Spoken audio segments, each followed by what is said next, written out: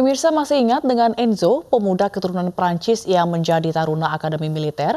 Belum lama ini Menteri Pertahanan berbincang dengan Enzo saat berkunjung ke Akademi Militer di Magelang, Jawa Tengah. Dari mana asalnya? Cop, Cop asal Banten. Banten. Cop. Orang tua Banten. Menteri Pertahanan Prabowo Subianto berbincang dengan Enzo, pemuda keturunan Prancis yang sedang mengenyam pendidikan di Akademi Militer Magelang, Jawa Tengah. Bapakmu di mana? Perlu lagi, Pak. Kamu suara kena ya? Cop. Sambil berbincang, Prabowo membetulkan posisi kerah Enzo yang terlipat. Saat berbincang, Prabowo ditemani oleh Kepala Staf Angkatan Darat Jenderal Andika Perkasa.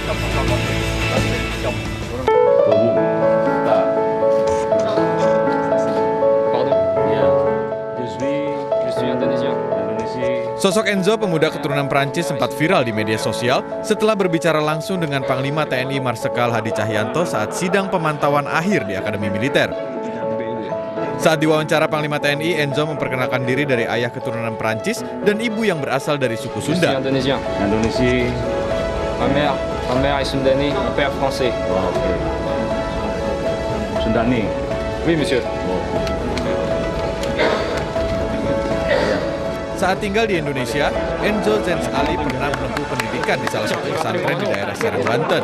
Selain menguasai bahasa Prancis dan Indonesia, Enzo juga menguasai bahasa Inggris dan Arab.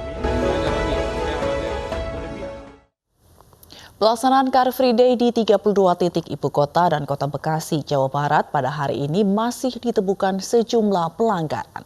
Warga mengajak anak di bawah usia 9 tahun dan tidak menggunakan masker.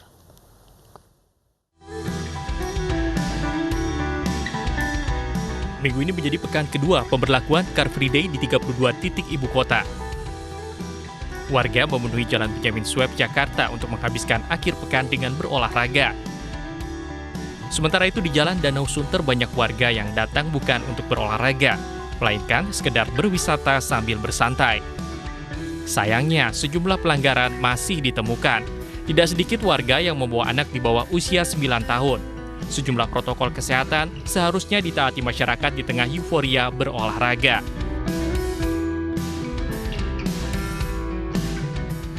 Di kawasan Rawamangun, sejumlah petugas gabungan dari Dinas Perhubungan, Satpol PP, dan TNI Polri terus mengimbau warga dengan pengeras suara untuk menjaga jarak dan menggunakan masker. Sementara itu, di Bekasi, Jawa Barat, minggu ini merupakan pembukaan pertama hari bebas kendaraan. Warga Bekasi pun tumpah ruah berolahraga. Namun sayangnya banyak warga yang mengabaikan jaga jarak dan tidak mengenakan masker. Usai pelaksanaan Car Free Day, petugas menyemprotkan disinfektan. Sejumlah upaya kesehatan terkait COVID-19 juga terus diberlakukan, diantaranya dengan menyediakan bilik cuci tangan. Waktu pelaksanaan Car Free Day juga dipersingkat, yakni sejak pukul 6 pagi hingga 9 pagi. Tim Liputan iNews melaporkan.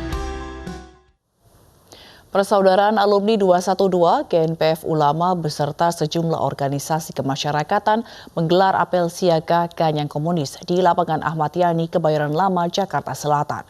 Mereka memprotes penolakan RUU haluan ideologi Pancasila.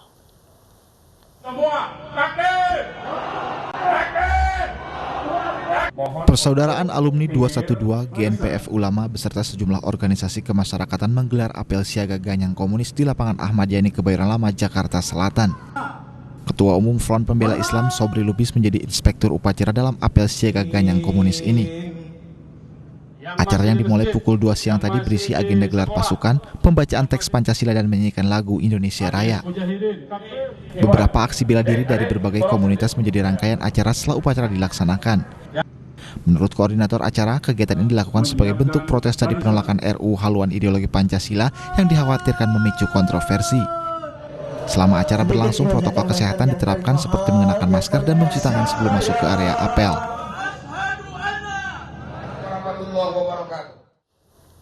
Pengambilan paksa jenazah yang diduga PDP COVID-19 di Makassar, Sulawesi Selatan ricuh.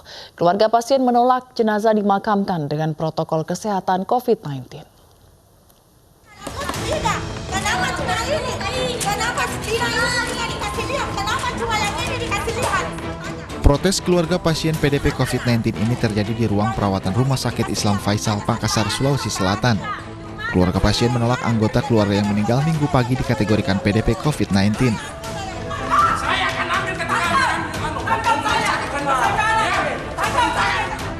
Keluarga pasien yang tak terima keluarganya disebut PDP COVID-19 memaksa mengambil jenazah, hingga akhirnya terjadi saling dorong.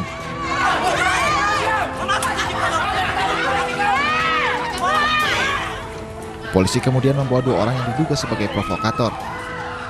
Semacam pemaksaan untuk mengambil keluarga, maka kami dari pihak keamanan mencoba untuk mengambil suatu tindakan yang mana mengamankan keluarga yang mencoba memaksakan kehendak. Intinya menerapkan protokol kesehatan. Yang diamankan ada sebanyak 2 orang yang mana dikhawatirkan jangan sampai terjadi hal-hal yang tidak diinginkan.